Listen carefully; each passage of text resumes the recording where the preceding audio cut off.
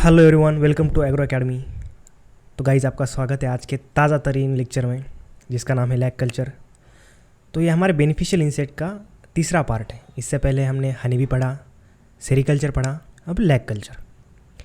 इसके अलावा भी बेनिफिशियल इंसेक्ट हमारे पास और हैं, जैसे कि हमने प्रेडेटर्स, पैरासाइट्स, पैरासिटॉइड्स, ये सब पेस्ट और डिसीज़ पे एप्लीकेबल हैं। तो इसको हम थोड़ा सा बाद में देखेंगे, लेकिन बेनिफिशियल जिनसे हम तुरंत पैसा कमा सकते हैं, ऐसे बेनिफिशियल इंसेक्ट हम पहले देखते हैं। और इनसे क्वेश्चन आने की काफ़ी ज़्यादा संभावना है। अगर आपने हमारा सेरिकल्चर वाला पार्ट देखा हो, तो सेरिकल्चर वाले में लगभग 10 से 12 क्वेश्चन अब तक आपके कॉम्पिटिटिव एग्जाम में आए, चाहे वो IBPS AFO हो, चाहे वो आपका नाबार्ड हो, चाहे RRB SO हो। तो ये टॉपिक कितने ज़्यादा इंपॉर्टेंट है, आप इनकी PYQ किसी स्ट्रेंथ से, PYQ की क्वान्टिटी से पता लगा सकते हैं। अब आते हैं हमारे मेन टॉपिक पे, जिसका नाम है लैग कल्चर। तो बेसिकली लैग कल्चर का एक आपको ओवरव्यू दे दूँ। लैग कल्चर होता क्या है? लैग कल्चर हम एक ऐसी कीड़े की रेयरिंग करते हैं जो अपने बॉडी से रेजिन सीक्रेट करता है। अब ये रेजिन क्या होता है? तो रेजिन एक ऐसा सब्सटेंस होता है जो प्लांट का एक्सक्यूड होता है। अब आपने कहा कि सर ये तो एक इंसेक्ट सीक्रेट करता है, और आप कह रहे हैं कि ये प्लांट से सीक्रेट होता है। तो सुनो मेरी बात, अब हम शुरू करते हैं। तो लैग कल्चर होता क्या है कि हम कल्टीवेशन एंड हार्वेस्टिंग करते हैं लैग रेजिन की। ये लैग रेजिन किससे आता है? Natural secretion of certain insects में भी कौन? किरिया लैका। अब हमारा जो किरिया लैका है, वो इंसेक्ट अपने बॉडी से एक natural resin like substance secrete करता है। उसको हम क्या कहते हैं? उसको हम कहते हैं लैग। अब इसी लैग को कल्टीवेशन एंड हार्वेस्टिंग करने की जो प्रोसेस है, जिसे हम लैग कल्चर बोलते हैं। इन सिंपल वर्ड्स, लैग की रेयरिंग एंड केयरिंग करना, इसको हम लैग कल्चर बोलेंगे। अब ये लैग किस चीज़ का बना होता है? अब ये लैग बना होता है रेजिन का। एक रेजिनियस सिक्रीशन होता है लैग इंसेक्ट द्वारा, ये तो हमने देख लिया। अब सबसे बड़ी बात है कि रेजिन होता क्या है। अगर आप कभी बबुल के पेड़ के पास गए हो, नीम के पेड़ के पास गए हो, तो उसमें से एक रेजिन आता है, एक गम लाइक सब्सटेंस बाहर आता है। तो उसी गम को हम कहते हैं रेजिन। इसके अलावा हम रेजिन किसे कहते हैं? रेजिन डिहाइड्रेटेड ग्रेप्स जो होते हैं, इससे भी हम रेजिन कहते हैं। लेकिन ये रेजिन और वो रेजिन अलग होते हैं। इनके स्पेलिंग में डिफरेंस है, इनके प्रोनाउंस में कोई डिफरेंस नहीं है, लेकिन इनके मीनिंग में बहुत बड़ा डिफरेंस है। अब ये रेजिन किस तरह का दिखता है? बिल्कुल आपके खून की तरह। अब आपका खून तो लाल है, मेरा भी खून लाल है, नो डाउट। अब कुछ लोग कहेंगे सर, जो लड़कियाँ जो रंग बदलती है, क्या उनके खून का रंग भी लाल होता है? तो ये डिपेंड करेगा। तो लैग बेसिकली 3 चीज़ों से बना होता है। इसमें और भी चीज़ें होती है, लेकिन बेसिकली इसके 3 मेन कंपोनेंट हैं। कौन से? पहला तो आपका रेजिन है, दूसरा उसकी डाई है, तीसरा वैक्स है। ये वही वैक्स है जो आप फ्रूट की कोटिंग पर देखते हैं। आप इसको चॉकलेट पर भी देख सकते हैं, या फिर आप कॉस्मेटिक्स पे भी इस वैक्स को देख सकते हैं। कैसे? अब यहाँ तक हमने देख लिया लैग कल्चर क्या है, लैग क्या है, और रेजिन क्या है। अगर आपको रेजिन फिर भी नहीं समझ में आ रहा हो, तो आप किसी पेड़ के पास जाइए, उसको थोड़ा सा इंजरी करिए, चाहे आप अपने नेल से करिए, किसी शार्प ऑब्जेक्ट से करिए। उसके अंदर से जो एक्सक्यूड बाहर आएगा, और बाहर आके जो एकदम सॉलिडिफाई हो जाएगा, उसे हम रेजिन कहेंगे। ये रेजिन हम बचपन में जब छोटे थे, बचपन में तो सभी छोटे होते हैं, लेकिन बचपन में हम उसी रेजिन का इस्तेमाल पेजेस चिपकाने के लिए करते थे। तो आई होप आपको इससे क्लियर हो जाएगा कि रेजिन होता क्या है। उसके बाद बात करते हैं हमारे लैग इंसेक्ट की।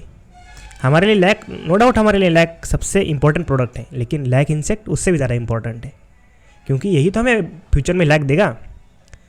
तो लैग इंसेक्ट को समझते हैं।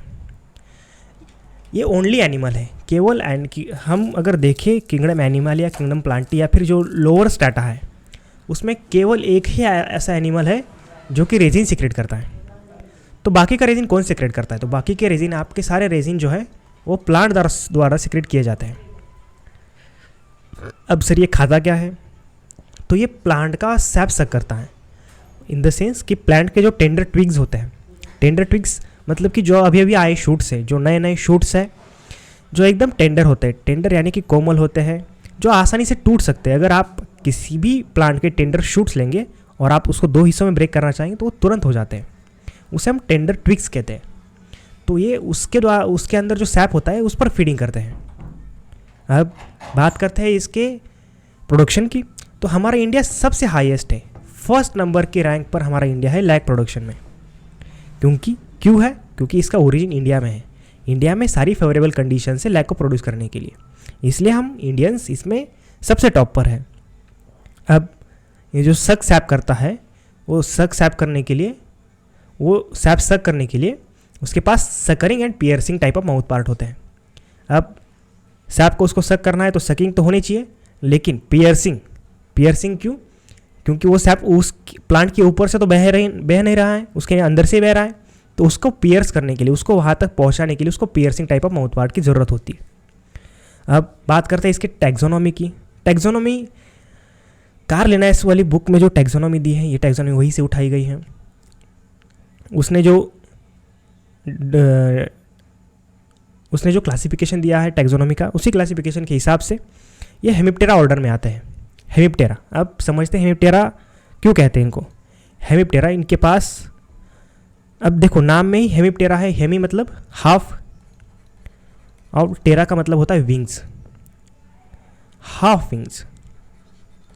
इसको डायरेक्ट सेंस में ना ले। हाफ विंग का मतलब होता है इनके पास केवल आगे की जो विंग होते हैं वो काफ़ी डेवलप होते हैं, और पीछे वाली जो विंग होते हैं वो किसी ना किसी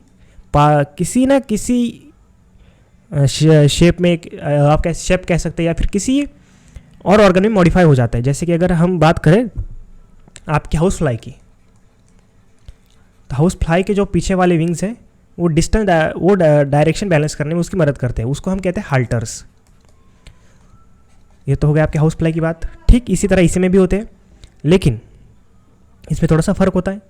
इनमें कुछ और समानताएं भी होती हैं, जैसे कि हेमिप्टेरा में जो भी इंसेक्ट्स आते हैं उनमें केवल इनकम्प्लीट मेटामॉर्फोसिस होता है। Incomplete Metamorphosis in the sense कि देखो, कोई भी कंप्लीट मेटामॉर्फोसिस वाला इंसेक्ट जो होता है उसके लाइफ में 4 स्टेजेस होती है। 4 स्टेजेस कौन सी?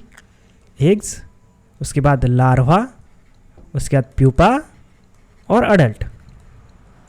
लेकिन हमारा जो इलाक इंसेक्ट है इसमें केवल आपको 3 चीज़ें देखने को मिलेंगी। कौन सी? आपका एग्स, उसके बाद न्यूम्प और उसका अडल्ट। चलो अब समझते हैं कि नीम्प और अडल्ट में, एग्स, नीम्प और अडल्ट के बारे में समझते हैं। इसको हम नेक्स्ट स्लाइड में देखेंगे, लेकिन इसके टैक्सोनॉमी पहले पूरा कर ले। इसकी फैमिली जो है कैरिडी। अब इसकी फैमिली कैरिडी क्यों है? तो देखो, डॉक्टर जेम्स कैरिडी जब पहली बार इंडिया आए थे तो उन्होंने हमारे यहाँ लैक की खेती देखी, लैक का कल्टीवेशन देखा, और उन्होंने ये दावा किया कि मैंने लैक को खोज लिया है। अब ये तो अंग्रेज़ है भाई, जो ये कहेंगे वही सच होगा। तो इन्होंने कहा कि हमने खोज लिया है, तो उसी के नाम पर इसकी फैमिली का नाम दे दिया कैरिडी। अब इसके नाम से ही नीचे आ गए हम, तो इसका नाम पड़ गया कैरिया लैका। इसके अलावा इसका एक और साइंटिफिक नेम है, वो कौन सा है? इसका एक और साइंटिफिक नाम है लैसिफेरा लैका। दोनों नाम में कंफ्यूज नहीं होना है, दोनों एक ही इंसान के नाम है। अगर मैं कहूँ आपको घर वाले क्या बुलाते हैं, चिंटू, पिंटू, बबलू, लेकिन आपका स्कूल में क्या नाम है, कमल, हर्षल, निर्मल, तो ऐसे नाम है, तो बस दोनों एक ही व्यक्ति का नाम है। इसलिए कैरिया और लैसिफेरा लैका में कंफ्यूज नहीं होना है। इसकी स्पेसीज जो है ऑफकोर्स लैका होगी, क्योंकि नाम ही कैरिया लैका है ना, तो स्पेसीज लैका ही होंगी। तो ये तो हमने बात कर ली उसकी टैक्सोनॉमी की। अब आगे, अब इसके लाइफ साइकिल के बारे में देखते हैं। इसकी लाइफ साइकिल, जैसा कि मैंने बताया, इसकी लाइफ साइकिल इनकम्प्लीट मेटामॉर्फोसिस से गुजरती है। Incomplete Metamorphosis in the sense कि इसमें केवल 3 स्टेजेस होती हैं। 3 स्टेजेस कौन सी? Eggs, nymph and adult. तो शुरू करते हैं एग्स से। एग्स लगभग एक अडल्ट फीमेल जो होती है 200 से 1000 एग्स ले करती है आफ्टर मीटिंग। जब मेल और फीमेल मीटिंग करेंगे, जब कॉपुलेशन करेंगे, तो उसकी लाइफ साइकिल में वो 200 से 1000, मतलब पूरी लाइफ साइकिल में। अब हमने हनीबी में देखा था, हनीबी कितने एग्स ले करती है उसके पर डे के हिसाब से लगभग वो 2000 एग्स। ये तो बहुत बड़ा नंबर हुआ, बहुत बड़ी क्वांटिटी हुई, लेकिन ये अपनी पूरी लाइफ साइकिल में केवल 200 से 1000 के बीच में एग्स दे सकते हैं।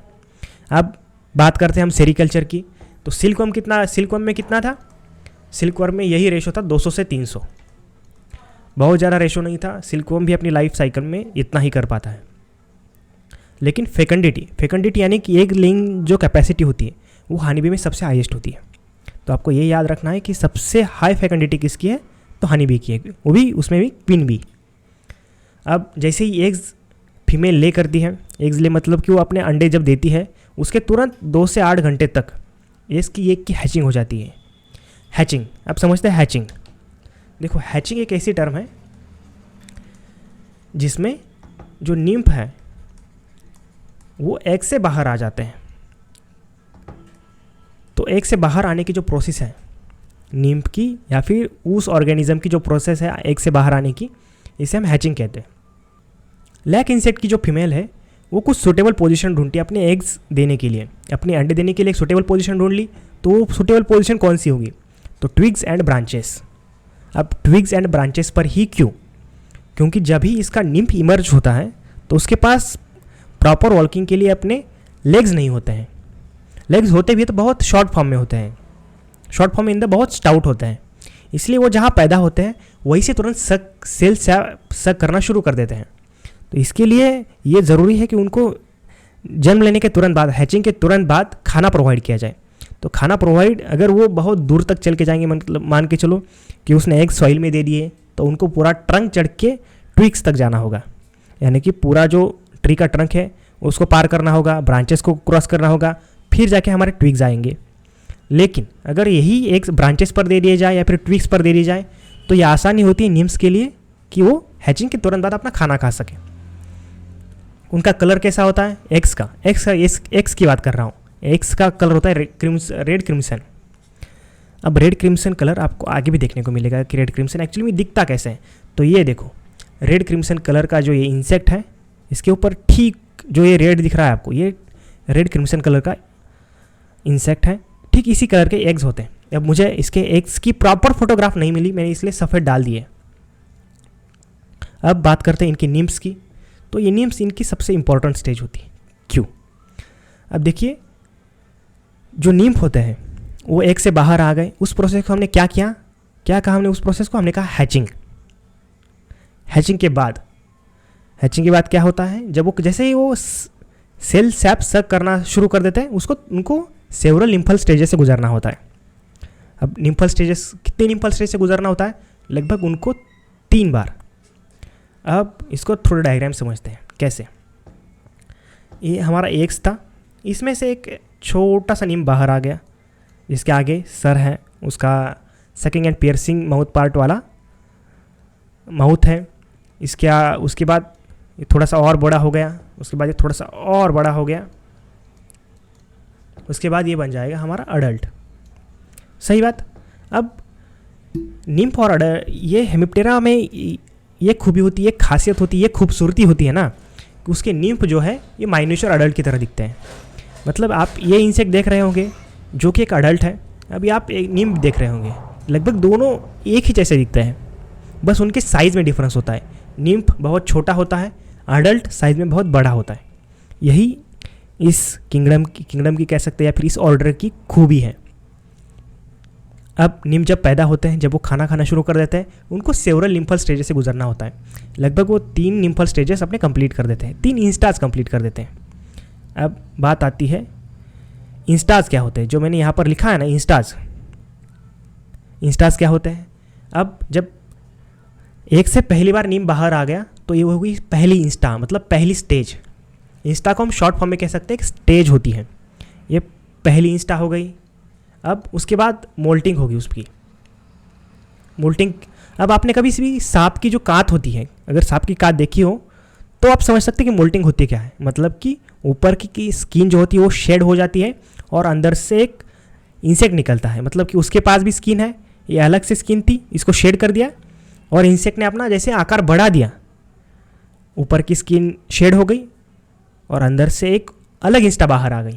अब फर्स्ट इंस्टा अपनी स्किन शेड करेगी, सेकंड वाले में जाएगी, सेकंड वाले अपनी शेड करेगी, थर्ड वाले में जाएगी, और जब थर्ड इंस्टा इसकी कंप्लीट होगी तो ये बनेगा अडल्ट।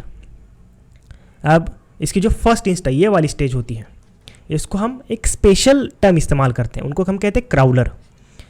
जैसा कि मैंने पहले बताया, इनके पास लेग्स की कमी होने के कारण ये चल नहीं पाते हैं, तो ये क्राउल करते हैं। क्राउल मतलब क्या करते हैं? रेंगते हैं। तो जो भी रेंगते हैं, जैसे कि जब वो रेंगते हैं तो उनको हम क्राउलर कहते हैं। अब देखो, ये तो हो गए फर्स्ट स्टेज। सेकंड स्टेज के लिए कोई बढ़िया से नाम नहीं है, लेकिन थर्ड स्टेज से जब वो नीम से अडल्ट बनता है। अब नीम से अडल्ट कैसे बनता है ये हम कैसे देख सकते हैं? जब ये थर्ड स्टेज अडल्ट में कन्वर्ट होगी तो इस प्रोसेस को हम कहेंगे स्वार्मिंग।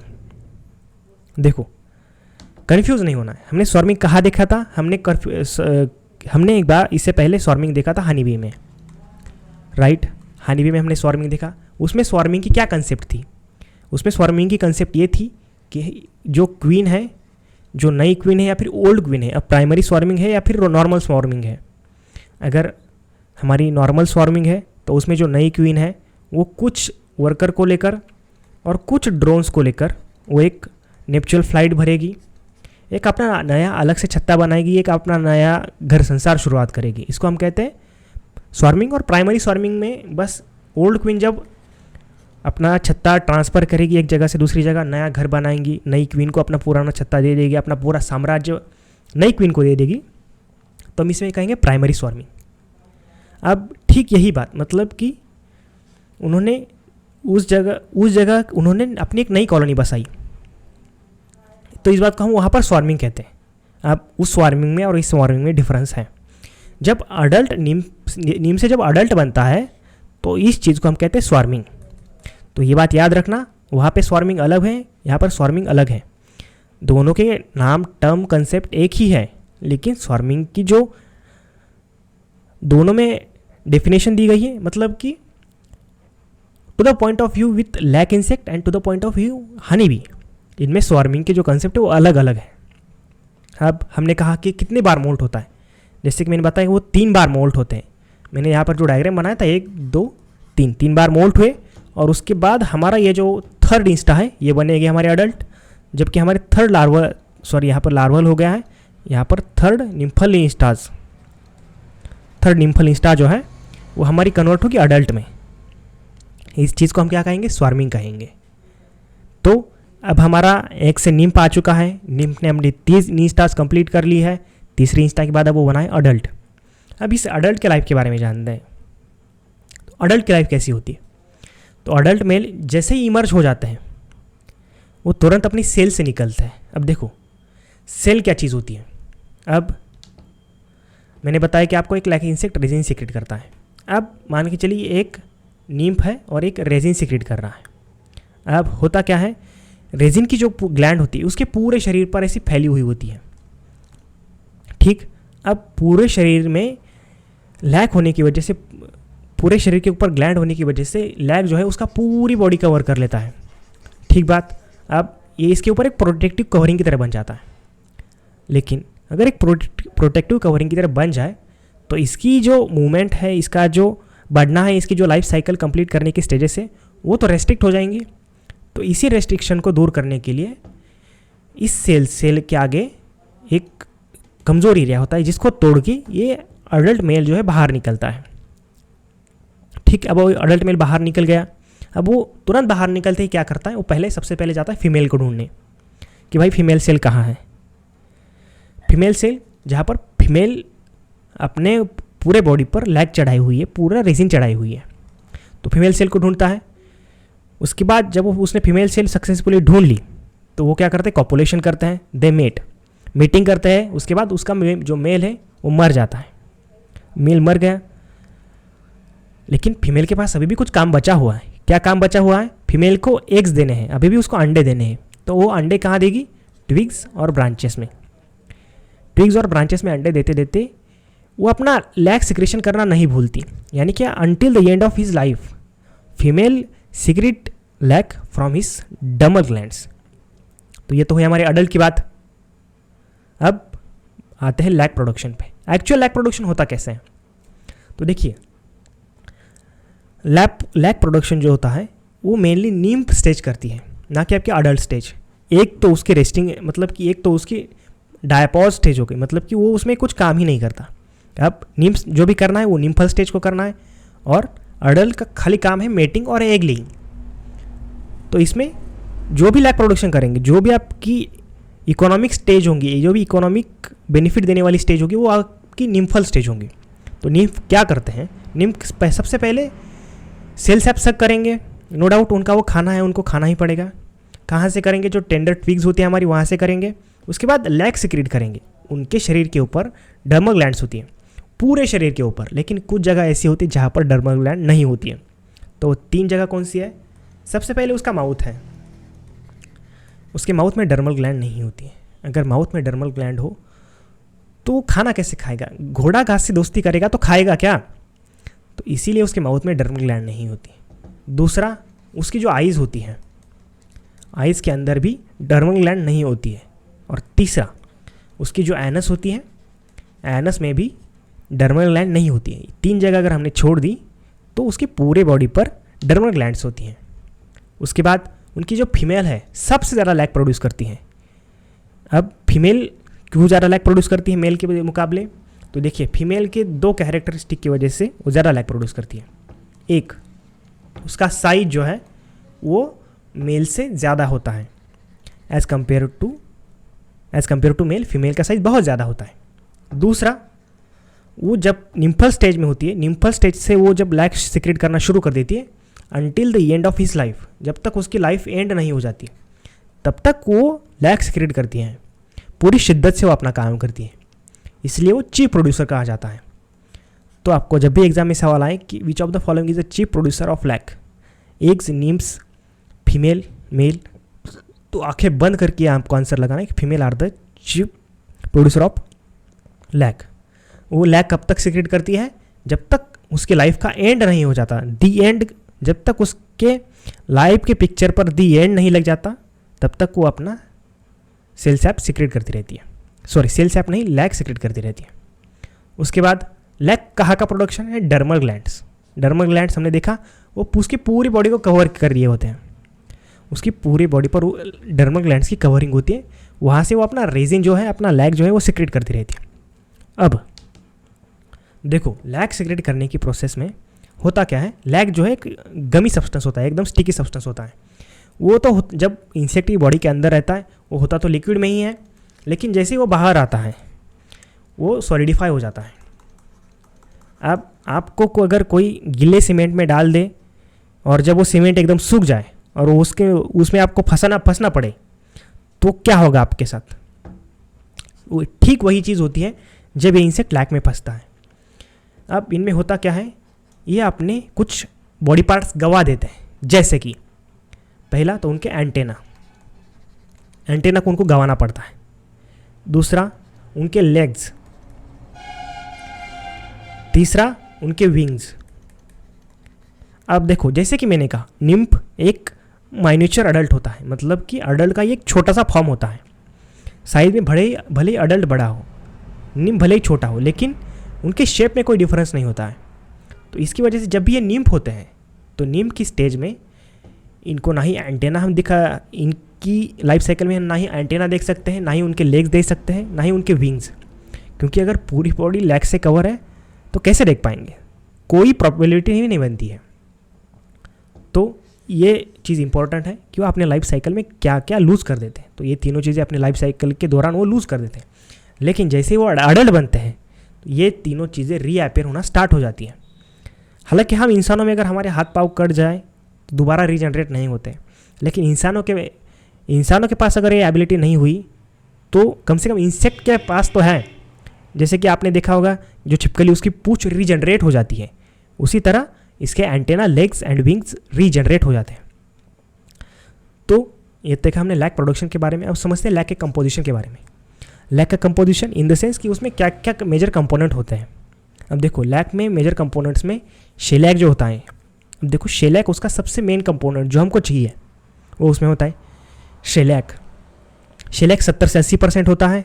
रेजिन जो गमी सब्सटेंस होता है वो लगभग 5 से 10%। पिगमेंट, अब देखो उसमें एक रेड कलर का, क्रिम्सन रेड कलर का पिगमेंट होता है, तो जिसको हम डीप रेड भी कह सकते हैं, एकदम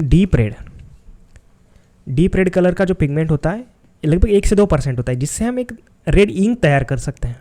उसके बाद 4 से 8% तक वैक्स होता है। यही वैक्स जो आप कॉस्मेटिक्स में देखते हैं, किसी भी अगर आप दवाई देखें, कोई भी ड्रग देखें, जो मेडिकल वाली ड्रग, जो आप दवाई लेते हैं बीमार पड़ने के बाद, वो वाली दवाई, ड्रग्स के ऊपर एक छोटी सी कवरिंग, जब भी आपने पैरासीटामोल देखी होगी तो उसके ऊपर एक कवरिंग होती है।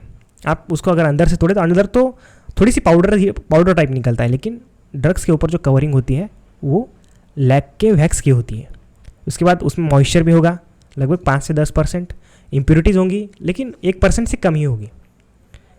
अब इम्प्योरिटीज़ किस में नहीं होती? तो सब चीज़ों में होती है। आपका जो डेटॉल है लगभग 99.99% कीटाणु मारता है। आपका हार्पिक भी लगभग 99.9 कीटाणु मारता है। कुछ ना कुछ तो बच ही जाता होगा, तो ठीक इसी तरह इसमें भी इम्प्योरिटीज़ बच ही जाती है। अब देखते हैं टाइप्स ऑफ लैक के बारे में। अब सबसे लैक प्रोडक्शन में सबसे ज़रूरी ये समझना है कि उसके टाइप्स ऑफ लैक क्या होते हैं, क्योंकि इसी पर से क्वेश्चन बन पाते हैं।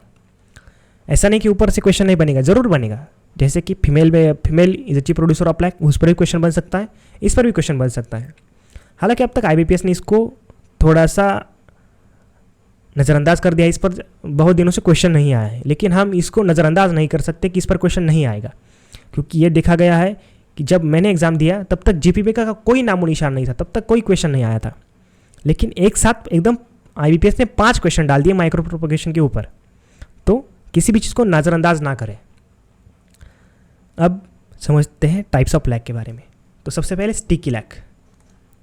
इसको स्टिकी लैक क्यों कहते हैं? क्योंकि ये देखो, ये एक स्टिक पे लगा हुआ है। स्टिक यानी कि एक छोटी सी लकड़ी पे लगा हुआ है, इसलिए हम इसको स्टिकी लैक बोलते हैं। अब बटन लैक, इसका शेप बटन की तरह होता है, एक स्मॉल केक की तरह होता है, इसलिए बटन लैक। सीड लैक को हम ग्रेन लैक भी बोलते हैं, इसका कलर ये इसके क्रिस्टल होने की वजह से इसको हम सीड लैक बोलते हैं। शेलैक जो होता है सबसे फाइनेस्ट सब्सटेंस होता है, इसलिए हम इसको शेलैक बोलते हैं। अब इसको डीप में समझते हैं। देखो स्टिकी लैक को क्रूड लैक भी बोलते हैं। अब क्रूड लैक क्यों बोलते हैं? क्रूड लैक हम इसलिए बोलते हैं क्योंकि ये हमारा रॉ लैक है, रॉ लैक, इसके लिए हम इसको क्रूड लैक बोलते हैं। इसको हम प्रोसेसिंग करके आगे बहुत सारे प्रोडक्ट बनाएंगे, जैसे कि आपका शेलैक हो गया, आपकी जो कोटिंग हो गई फार्मास्यूटिकल्स में इसका इस्तेमाल हो गया, फूड ग्लेजिंग हो गया, आपके डेकोरेटिंग आइटम्स हो गए, आपकी इंक्स हो गई, पॉलिशेस हो गए, ये सब हम लैक से बनाएंगे। तो इसके लिए हमें रॉ मटेरियल की जो सप्लाई है वो स्टिकी लैक करता है। अब क्रूड लैक को समझते हैं। इसको क्रूड लैक क्यों कहते हैं? क्योंकि यहाँ से सारे प्रोडक्ट बनने वाले हैं। ये एक रॉ मटेरियल है, रॉ मटेरियल यानी कि क्रूड मटेरियल है। जैसे कि हम बोलते हैं क्रूड ऑयल। क्रूड ऑयल क्या होता है? एकदम अभी अभी ज़मीन से निकला हुआ तेल, जिसको प्रोसेस करके हम डीजल, ऑयल, पेट्रोल, गैसोलीन या फिर बाकी की जो भी चीज़ें हैं उसको बना सकते हैं, तो इसलिए उसको क्रूड लैक कहते हैं। उसके बाद स्क्रैप्ड लैक।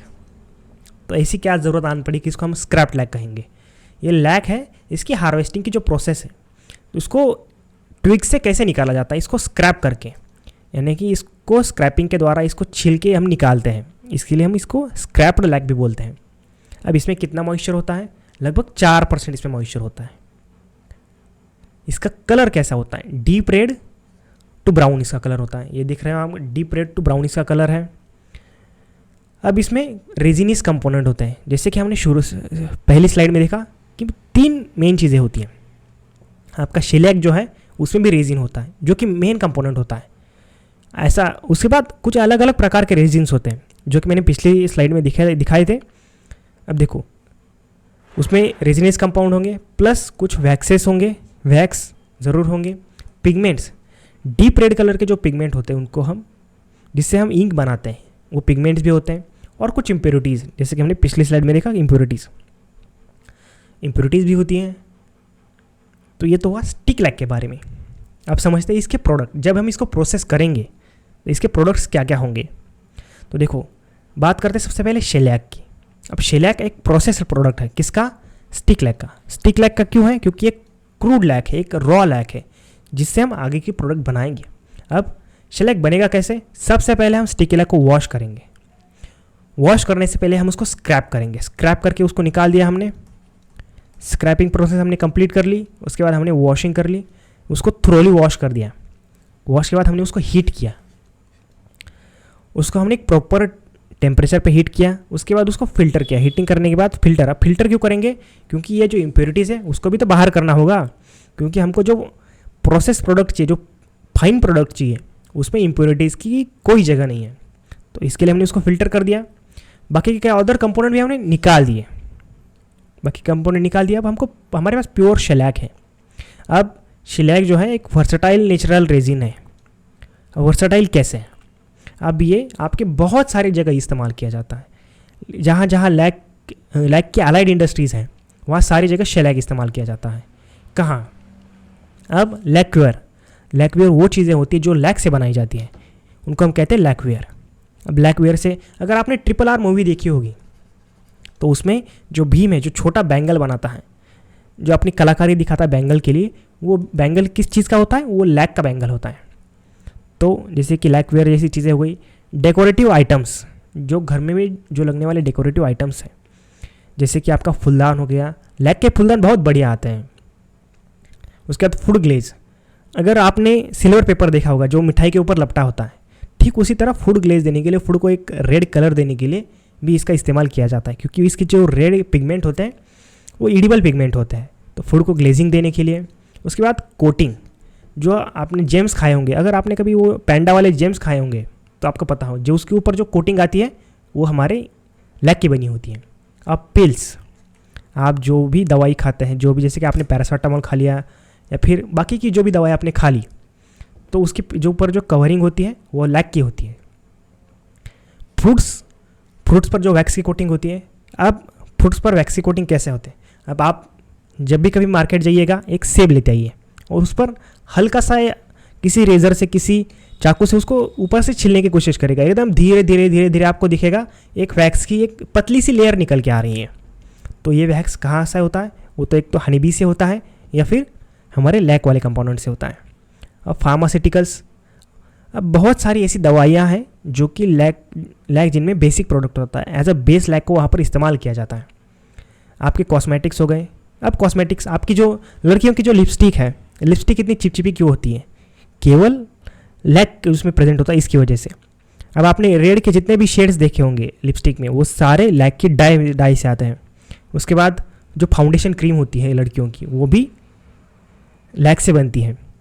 अब लड़के जो हिमानी फेयर एंड हैंडसम की जो क्रीम इस्तेमाल करते हैं, उसमें अगर आप कंटेंट देखेंगे तो उसमें भी आपके लैक का कहीं ना कहीं जिक्र है।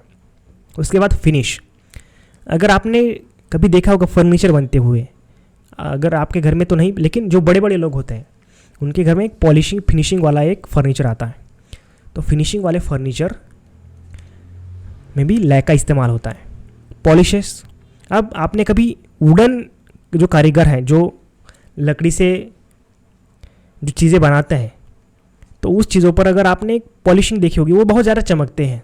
तो वो किसकी वजह से चमकते हैं? वो लैक की वजह से चमकते हैं। इंक्स, जो भी रेड इंक आती है, अब रेड इंक कहाँ इस्तेमाल की जाती है? ये बड़े बड़े गवर्नमेंट के दफ्तरों में इस्तेमाल की जाती है, जहाँ बहुत सेंसिटिव काम होते हैं, वहाँ पर रेड इंक का इस्तेमाल किया जाता है। उसके बाद बाइंडर्स, ये बाइंडर्स पेंट में इस्तेमाल किए जाते हैं। जो भी आप, अगर आपने घर को पेंट कर दिया और मान के चलिए बारिश आ गई और सारा पेंट धुल गया, तो उस पेंट का कोई मतलब नहीं। तो उसमें हम बाइंडर जो डालते हैं ताकि वो बारिश में भी विथस्टैंड रहे, गर्मी पड़े, मौसम नम मौसम हो, ठंडी पड़े, लेकिन पेंट पे कुछ असर ना हो, इसलिए बाइंडर या एज अ बाइंडर हम लैक को इस्तेमाल करते हैं। ये तो हमारी शेलैक की बात हुई। अब बात करते हैं सीड लैक या फिर ग्रेन लैक की। अब इसको सीड लैक और ग्रेन लैक क्यों कहते हैं? इसका जो स्ट्रक्चर है, इसका जो साइज़ है, एक सीड की तरह दिखता है। ऑफ कोर्स ये आपको अनार के सीड की तरह दिख रहा होगा। अब सर ये कुछ कहेंगे सर, ये जो पपाया वाली जो जेली आती है ये उसी की तरह भी दिख रहे हैं, तो ये उसके तरह नहीं दिख रहे हैं। तो ये सीड कहते हैं, या फिर इसको ग्रेन लैक भी कह सकते हैं, क्योंकि इसका साइज़ ठीक ग्रेन की तरह भी होता है। तो ये नाम सीधा साइज़ से दिया गया है। अब सीड लैक और बटन लैक, ये जो नाम है ये दिए गए साइज़ से। अब पिछले जो दो नाम दिए गए थे, एक स्टिकी लैक जो स्टिक से आता है, और शेलैक जो कि प्रोसेस प्रोडक्ट है स्टिकी लैक का, वो नाम अलग थे। ये दो नाम on the basis of shape दिए गए हैं, सीड लैक और ग्रेन लैक। अब इसको कैसे तैयार किया जाता है? देखो, सारे लैक बनाने के लिए सबसे बेसिक प्रोडक्ट है हमारा स्टिकी लैक। वो एक रॉ मटेरियल है।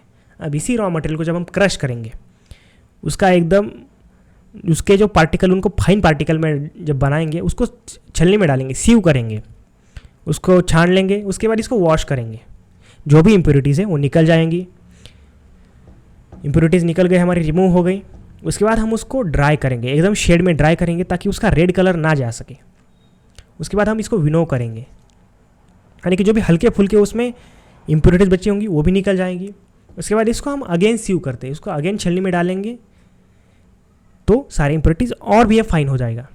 और जब एक सेमी रिफाइंड प्रोडक्ट में जब तैयार हो जाता है तो उसे हम कहते हैं seed lac. Seed lac is a semi refined product obtain from sticky lac by processing of sieving, washing, drying and winnowing. इसको हम कहते हैं सीड लैक। अब उसकी जो इम्प्योरिटीज़ हैं, अब उसमें कौन कौन सी इम्प्योरिटीज़ होंगी, जैसा कि मैंने कहा, एक इंसेक्ट की बॉडी में बहुत सारी डर्मल ग्लैंड होती है, उसमें से उसने लैक सीक्रेट कर दिया, चलो ये उसकी बॉडी के ऊपर एक कवरिंग हो गई। अब उसके आगे का जो हिस्सा होता है, ये वाला हिस्सा, थोड़ा सा पेन बदल के देखते हैं, शायद आपको और बढ़िया से समझ में आ जाए। थोड़ा कोई और कलर ट्राई करते हैं, येलो वाला। उसके आगे एक ओपनिंग, यहाँ पर एक ओपनिंग करता है इंसेक्ट। अब इंसेक्ट जब ओपनिंग करेगा तो देखो उसकी बॉडी की मूवमेंट होगी, और उसकी बॉडी की मूवमेंट के लिए उसके अंदर जो पहले जब वो निम्फ था, जो भी उसने खाया है, उसके पेट के अंदर होगा। अब जब वो मूवमेंट करेगा, कुछ एनर्जी चाहिए तो वो उसी कार्बोहाइड्रेट को बर्न करके अपनी एनर्जी लेगा और कुछ फीकल मैटर इसके अंदर छोड़ देगा। जब भी अडल्ट मेल इमर्ज होगा, वो अपनी बॉडी को स्ट्रेस करेगा ताकि वो इससे बाहर निकल पाए, और इसी स्ट्रेस करने के चक्कर में उसका फीकल मैटर इसके अंदर रह जाता है। इससे हमारी क्वालिटी डाउन हो जाती है। लेकिन अगर हमने इस इंसेक्ट को बाहर निकलने से ही रोक दिया, मान के चलिए हमको इसको बाहर नहीं निकलने देना है, हमको ये इंसेक्ट इसके अंदर ही चाहिए, तो हम इसको ऐसे ही उठाएंगे, इसको बाहर नहीं निकलने देंगे और इसको हम क्रश करेंगे, वॉश करेंगे। ठीक जैसे प्रोसीजर हमने सीड लैक में करी थी वही प्रोसीजर करेंगे। और ये जो डेड बॉडी है, उसकी जो डेड मरी हुई बॉडी है, वो अंदर ही रहेंगी। अब उसकी बॉडी से एक क्रिम्सन रेड कलर की इंक निकलती है। अब जब भी हम उस डिकेइंग इंसेक्ट को, जब मरा हुआ इंसेक्ट उसके अंदर है, उस डिकेइंग इंसेक्ट को वाटर में डालेंगे तो वाटर को लाल बना देगा। उसको हम कहेंगे लैक डाई। जो भी रेड कलर उसकी बॉडी की डाई होने की वजह से, डेड होने की वजह से निकला है, उसको हम कहेंगे लैक डाई। अब देखो, एक इंसेक्ट को मारना, उसको डाई करना और उसकी डाई से डाई निकालना, इसको हम लैक डाई कहेंगे। The process of creation of dye from the dead insect, इसको हम लैक डाई कहेंगे। अब देखो, इसकी साइज जो होती है वो 10 मैश होती है। अब आप जिस भी क्लास में हैं, जिस भी कोचिंग में हैं, या फिर आप अगर सेल्फ स्टडी भी कर रहे हैं, अगर आप छोटे छोटे सवाल खुद से नहीं पूछेंगे तो ये कहीं ना कहीं आपके सिलेक्शन में दिक्कत देगा। अब जैसे कि यह कंसेप्ट है 10 मैश की, तो मैश क्या होता है, ये सारी चीज़ें मैटर करते हैं आपकी सिलेक्शन के लिए। यहाँ नहीं तो आपको भविष्य में, मान के चले आपका एफओ का सिलेक्शन नहीं हुआ, तो भविष्य में आपको कुछ ना कुछ तो करना है ज़िंदगी में। मान के चले आपने कल लैक की इंडस्ट्री खोल दी, तो ऐसे में आपको कंसेप्ट स्ट्रांग होना बहुत ज़रूरी है। अगर आप अपने टीचर से ये पूछने में असमर्थ है, सर हमको 10 मैश का मतलब समझाइए, या फिर आप खुद से पूछने में असमर्थ हैं, तो मैं कहूँगा आपकी तैयारी गलत डायरेक्शन में जा रही है। छोटी छोटी कंसेप्ट जो होती है, जैसे कि लैक डाई क्या होता है, सेमी रिफाइंड प्रोडक्ट क्या होते हैं, सीविंग क्या होता है, अगर ये छोटी छोटी चीज़ें अगर आपने प्रिपेयर नहीं की तो कहीं ना कहीं आपको आगे चल के बहुत दिक्कत देती है। तो इन छोटी छोटी चीज़ों पर इतना बारीकी से ध्यान दें कि आपका एक सिंगल क्वेश्चन जितने भी आपने अटेम्प्ट किए हैं वो गलत ना हो। अब मैं खुद की बात बताता हूँ, मैंने लगभग 45 अटेम्प्ट किए थे मेंस में, जब मैंने 2023 में मेंस दी थी। उसके बाद मेरे 45 में से 3 गलत हो गए थे, और मेरे कुछ शायद 38-39 के समथिंग मार्क आए थे, जो भी निगेटिव होकर। तो इतनी ज़्यादा आपकी एक्यूरेसी मैटर करती है। तो इतनी ज़्यादा एक्यूरेसी कैसे आती है, तो इतनी ज़्यादा एक्यूरेसी आपकी आती है केवल और केवल आपके कंसेप्ट स्ट्रांग हो तब। तो कंसेप्ट स्ट्रांग होने के लिए आप खुद से पढ़िए, या फिर कोई ऐसा बंदा पकड़िए जिसके कंसेप्ट स्ट्रांग हो। तो वापस आते हैं हमारे सीड लैक पर। सीड लैक, उसकी साइज़ 10 मैश होती है। अब ये मैश क्या होता है, ये आपके एक सीविंग का, आपकी छलनी का एक यूनिट होता है। ये पार्टिकल की साइज़ दिखाता है, पार्टिकल की साइज़ नहीं, ये दिखाता है आपकी जो आपकी छलनी है, छलनी का जो भी उसके अंदर जो भी छेद होते हैं, छोटे छोटे जो भी छेद होते हैं जहाँ से हमारा प्रोडक्ट बाहर आता है, उस साइज़ को हम कहते हैं मैश। मैश को हम जाली भी कह सकते हैं। जाली मतलब जो जाल होता है, जाल के अंदर जो भी छोटे छोटे छेद होते हैं, उसका एक यूनिट है मैश। तो 10 मैश जितना पार्टिकल साइज होती है हमारे सीड लैक या फिर हम कहें ग्रेन लैक की, यानी कि बहुत पतला होता है। अब बात करते हैं बटन लैक की, जो कि हमारा नेक्स्ट प्रोडक्ट है। तो सबसे पहले पेन का साइज पेन का कलर बदल ले।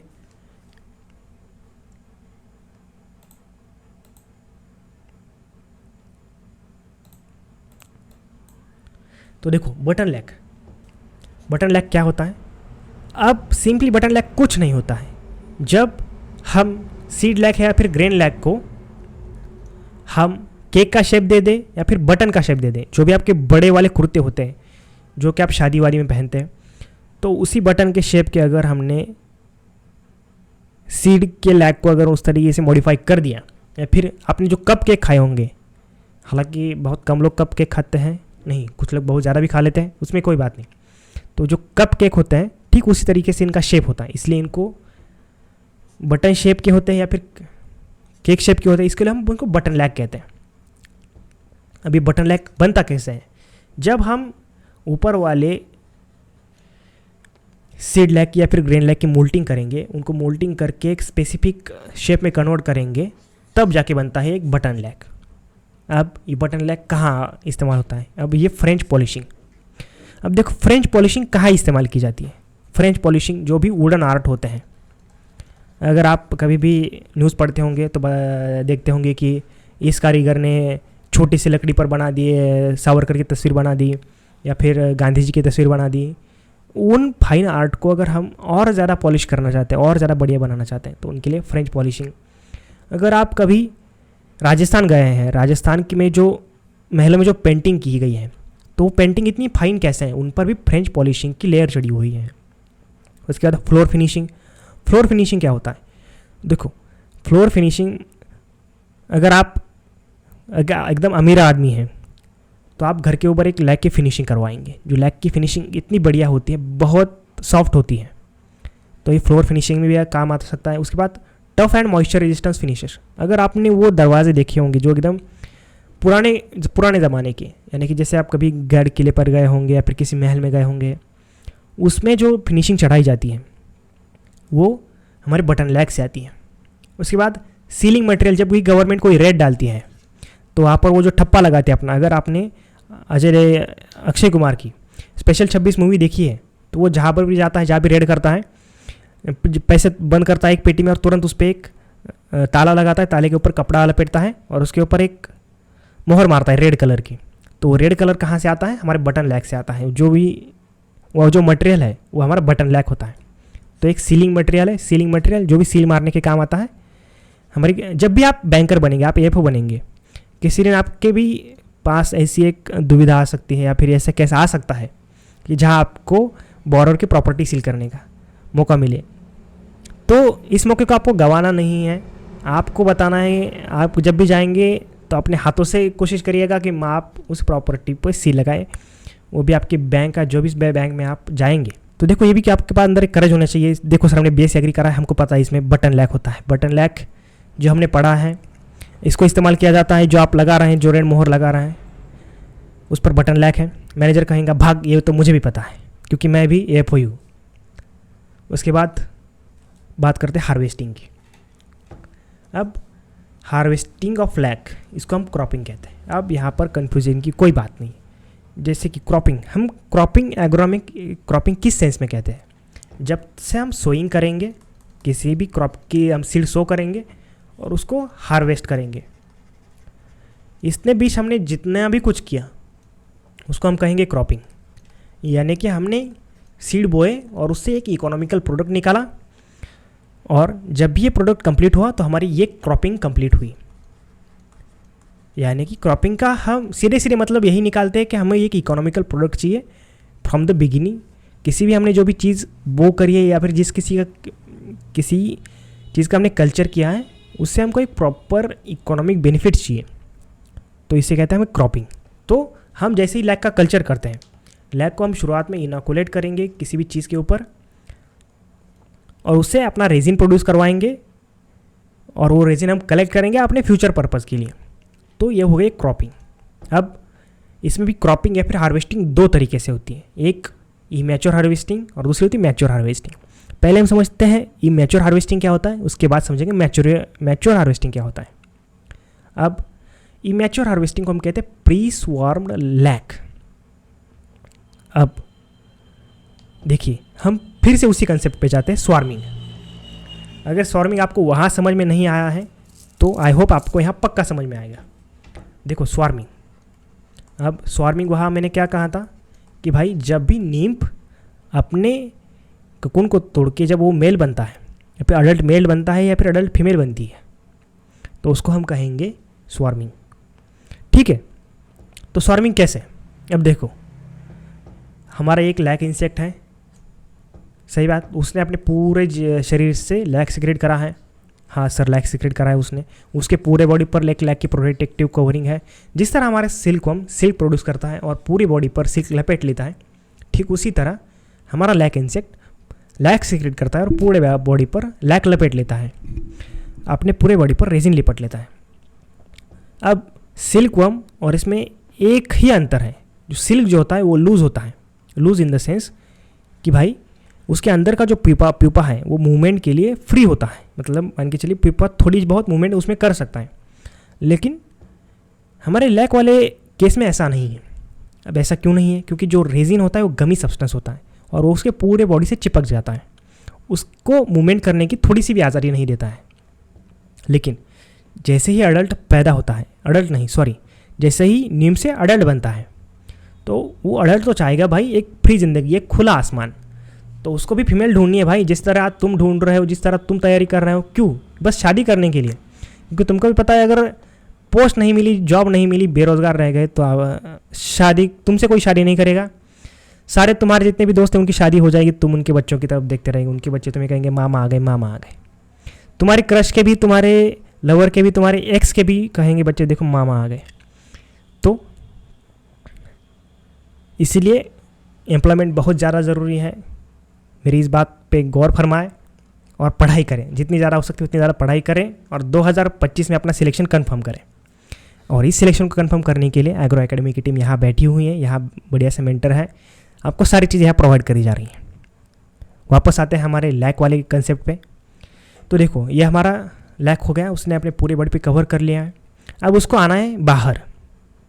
ऑफकोर्स आज़ादी कौन नहीं चाहता, सारे लोग आज़ादी चाहते हैं, आप भी फाइनेंशियल फ्रीडम चाहते हैं, खास करके लड़कियां। Sir I want to become a financial independent.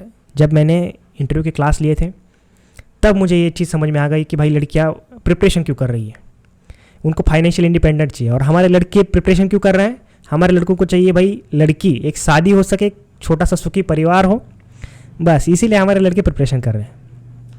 तो देखो अब हमारा लैक इंसेक्ट जो है यहाँ से ओपनिंग बनाता है ताकि वो बाहर जा सके।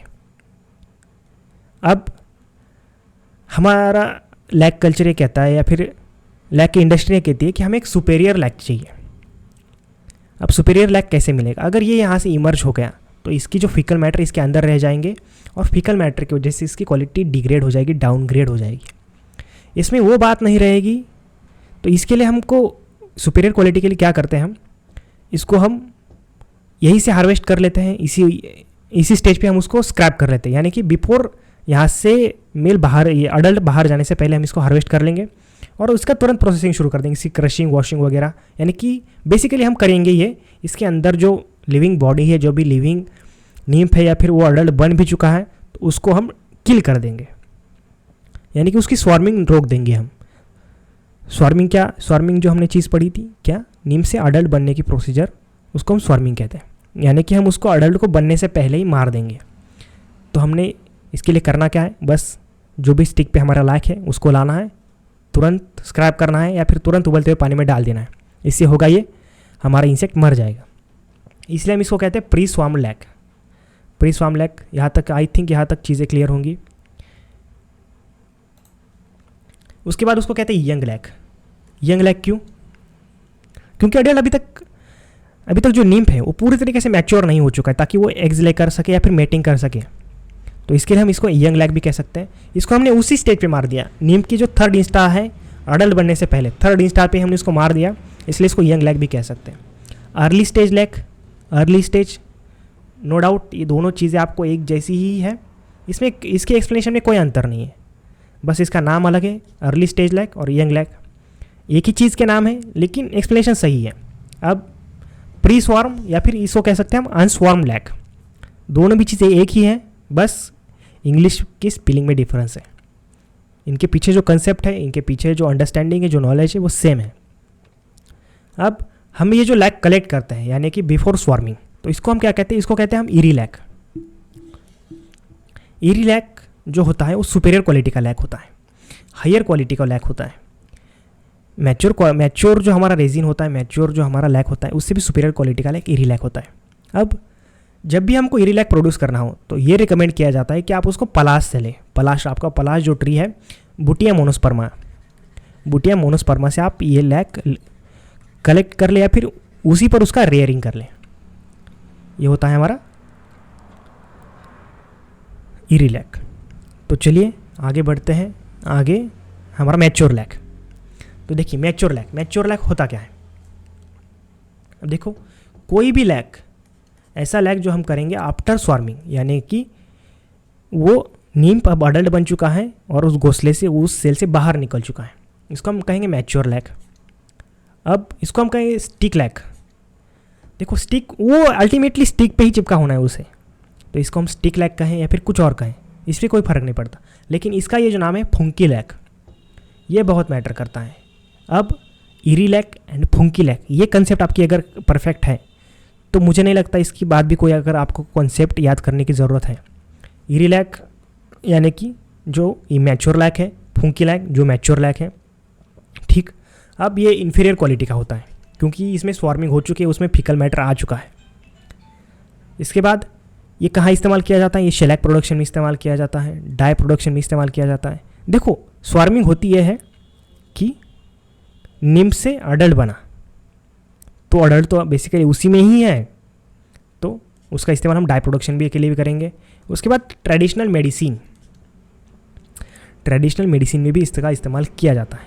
अब ट्रेडिशनल मेडिसिन, मुझे एग्जैक्ट बीमारी तो याद नहीं आ रही जिस पर हम मेडिसिन इस्तेमाल कर सकते हैं, लेकिन हाँ उसके अंदर लैक की जो टैबलेट है उसको हनी के साथ लिया जाता है। उसके बाद फूड एडिटिव्स, इसका जो रेड कलर है वो एडिबल कलर है, तो इसको हम एज अ फूड एडिटिव इस्तेमाल कर सकते हैं। फार्मास्यूटिकल्स, बड़ी बड़ी फार्मास्यूटिकल कंपनी इसको एज अ बेस प्रोडक्ट इस तरह इस्तेमाल कर सकती है। अगर आपने खांसी की जो दवाई आती है उसमें देखा होगा, उसमें alcohol as a base product इस्तेमाल किया जाता है। यानी कि आप कितने भी बड़े धुरंधर हो, अगर आप कितने भी बड़े ये माल जपने वाले हो, कितने भी भगवान के भक्त हो, अगर आपने कोई भी खांसी वाली दवाई पी है तो आपने, मेरे भाई, आपने अल्कोहल कंज्यूम किया है। तो ये नहीं सोचिएगा कोई पवित्र आत्मा ऐसी मिल जाएगी जिसने अल्कोहल अब तक नहीं पिया हो। तो आप अल्कोहल बचपन से ट्राई कर चुके हैं। जब आपको बचपन में पहली बार खांसी हुई होगी, जब आपने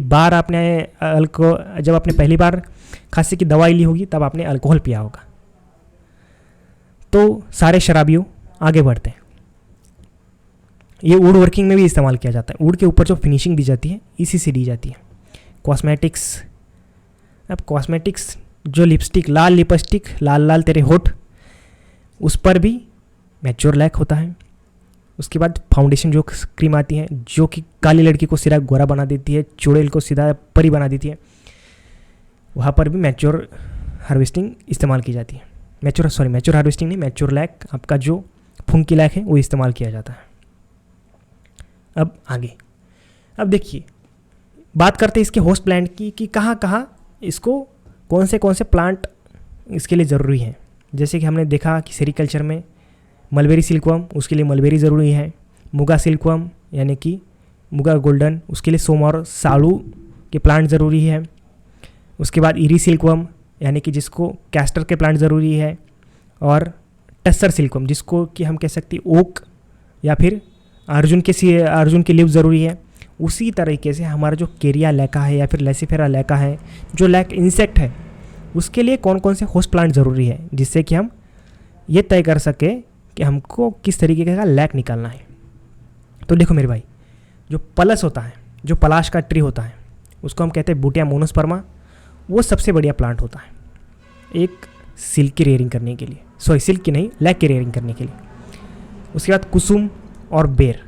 अगर ये तीनों में से कोई सी भी प्लांट पर अगर आप लैक का कल्टीवेशन कर रहे हैं, लैक का कल्चर कर रहे हैं, तो ये सबसे सुपीरियर लैक होता है। अब उस इन सुपीरियर लैक में भी अगर वो कुसुम का लैक है, स्कोलेरा ट्राइजुगा का लैक है, तो वो सबसे हायर प्राइस फेच करेगा, यानी कि पैसा ही पैसा होगा। अब बेर वाला जो लैक है, बेर का क्या नाम साइंटिफिक नाम है, जिजुपस म्यूरिचियाना। अब म्यूरिचियाना का स्पेलिंग आप देख लेना, मेरी इतनी इंग्लिश अच्छी नहीं है। उसके बाद प्लस का बूटिया मोनोस्पर्मा मैंने तो वो पहले ही बता दिया। उसके बाद हमारा खैर है, खैर, अब तुम्हारी खैर नहीं, वो वाला खैर नहीं, खैर का जो प्लांट आता है वो वाला खैर। फिग, अंजीर, जल्लारी, ग्रेविया, घोंट, तुम्हारी जो तूर है, पिजन पी, वो भी इसमें काम आती है। बबूल, अब देखो बबूल में जो सुबबूल है वो उसके लीव्स टेंडर होते, केवल वही इस्तेमाल की जाती है, तो इसका इस बात पे ध्यान रखें। अब देखो, अब इसमें एक टर्म होती है इनोकुलेशन। अगर मान के चलिए मेरे पास बहुत सारे पेड़ हैं, बहुत सारे, मुझे अब जैसे कि मध्य प्रदेश में मान के चलो इसकी खेती हो रही है और मुझे इसकी खेती कर्नाटका में करनी है, तो मुझे यहाँ से कुछ लैक इंसेक्ट ले जाने होंगे कर्नाटका में। तो मैं क्या करूँगा, इस पेड़ से एक ब्रांच काट लूँगा। एक ब्रांच मैंने यहाँ से काट ली, मैंने एमपी से एक ब्रांच काट ली और मुझे जाना है कर्नाटका। तो मैंने ये ब्रांच जाके कर्नाटका में, मेरा पलस का ट्री हो गया, फिर मेरे पास बेर का ट्री है, मैंने उस पर जाके एक बांध दी, तो ये हो गया उसका इनोकुलेशन, यानी कि इसको मैंने इंट्रोड्यूस किया बेर वाली ट्री पे। ये तो होगा हमारा आर्टिफिशियल इनोकुलेशन। मैंने खुद के प्रॉफिट के लिए वहाँ से लैग लाया और इसके ऊपर टाई कर दिया, आर्टिफिशियली मैंने इसको इनोकुलेट कर दिया। इसको हम कहेंगे आर्टिफिशियल इनोकुलेशन। अगर मान के चलिए एमपी का एक स्टेट है इंदौर, उसके पास का भी अगर कोई स्टेट होगा, अगर नहीं, सॉरी स्टेट नहीं, जिला उज्जैन, तो अगर मुझे इस स्टेट से, अगर एमपी के इंदौर से उज्जैन में कुछ इंसेक्ट उड़ के चले जाते हैं, लैक के इंसेक्ट, तो ये भी इनोकुलेशन हुआ मेरे भाई। कि यहाँ से वो बेर के, जहाँ यहाँ से एक बेर का पेड़ था एमपी में, इंदौर में, तो उस पे वो मैच्योर हो गए और उज्जैन में उड़ के चले गए। वहाँ भी दूसरे बेर के पेड़ पर जाके उन्होंने नया घर बसा लिया, यानी कि फीमेल वहाँ पर चली गई, वहाँ पर एक नई लाइफ साइकिल शुरू हो गई। तो इसको हम कहते हैं, इसको भी हम कह सकते हैं नेचुरल इनोकुलेशन। तो ये तो हुई इनोकुलेशन की बात। तो चलो ठीक है, यहाँ तक तो हमने देख लिया आज के सेशंस में। तो फिर से रिवाइज करते हैं हमारा आज का सेशन, हमने आज क्या क्या देखा। तो हमने शुरुआत करी लैक कल्चर में। लैक के हमने लैक देखा कि लैक कल्चर क्या होता है, rearing and caring of lac insect. उसके बाद हमने देखा कि लैक क्या होता है, एक रेजिनियस सब्सटेंस होता है जिसके अंदर डाई और वैक्स, ये भी सब्सटेंस होते हैं। उसके अलावा हमने देखा लैक इंसेक्ट के बारे में, लैक इंसेक्ट के बारे में जाना, लैक इंसेक्ट क्या होता है, वो इंडिया में हमारा प्लेस, लैक प्रोडक्शन में हमारा प्लेस क्या है, उसके माउथ पार्ट के बारे में जाना, उसकी टेक्सोनॉमी देखी, उसके नाम के बारे में जाना। उसके बाद हमने जाना एक्स के बारे में, नीम के बारे में, अडल्ट के बारे में, हमने स्वार्मिंग देखा, हमने क्राउलर देखा। इसके बाद हमने लैक प्रोडक्शन होता कैसे है, फीमेल मेल में क्या डिफरेंस है, सबसे ज़्यादा प्रोडक्शन किससे आता है, female is the chief producer. उसके बाद हमने देखा कि वो बॉडी पार्ट्स लूज़ कर देते हैं। इसके अलावा हमने लैक का कंपोजिशन देखा, बेसिकली लैक बना किस चीज़ से होता है। उसके बाद हमने टाइप्स ऑफ लैक देखे कि लैक के कौन कौन से टाइप है, उन लैक के टाइप्स को हमने डिटेल में पढ़ा, स्टिक लैक, शे लैक, उसके बाद सीड लैक हो गया, हमारा बटन लैक हो गया, इन सब को हमने डिटेल में जाना। उसके आगे हमने देखा लैक के harvesting, mature harvesting, immature harvesting. हमने इसमें इरे लैक के कंसेप्ट समझ ली, पलाश क्वालिटी किसकी हायर है। इसके अलावा हमने देख लिया कि इन्फीरियर लैक कौन सा होता है, मैच्योर हार्वेस्टिंग वाला जो लैक है वो कहाँ का इस्तेमाल किया जाता है, होस्ट प्लांट के बारे में हमने जाना। इसके अलावा हमने इनोकुलेशन के बारे में जाना। तो ये आज के लैक के लेक्चर में इतना ही। इसके अलावा इसमें बचा क्या है, हमारे दूसरे लेक्चर में हम क्या क्या चीज़ें देखने वाले हैं। तो कहाँ चल रहा है हमारा पेन, हाँ यहाँ चल रहा है, पेन ठीक ठाक है। तो इसके हम करंट सिनारियो देखेंगे कि भाई हमारे इंडिया में कहाँ, कौन सा स्टेट आगे है, कौन सा स्टेट पीछे है, इसके लिए हमारी गवर्नमेंट के क्या क्या इनिशिएटिव हैं। इसके अलावा इसका हमारे जेम पोर्टल पे क्या प्राइस चल रहा है। जेम पोर्टल अगर आपको पता नहीं है तो गवर्नमेंट ई मार्केट प्लेस करके एक पोर्टल है। इसके अलावा भी और बहुत सारी चीज़ें हैं जिसमें मैंने ऐड करी है, तो आपको जो नेक्स्ट पीपीटी में देखने को मिलेगी, नेक्स्ट लेक्चर में देखने को मिलेगी। तो आज का लेक्चर यहीं पर अप करते हैं।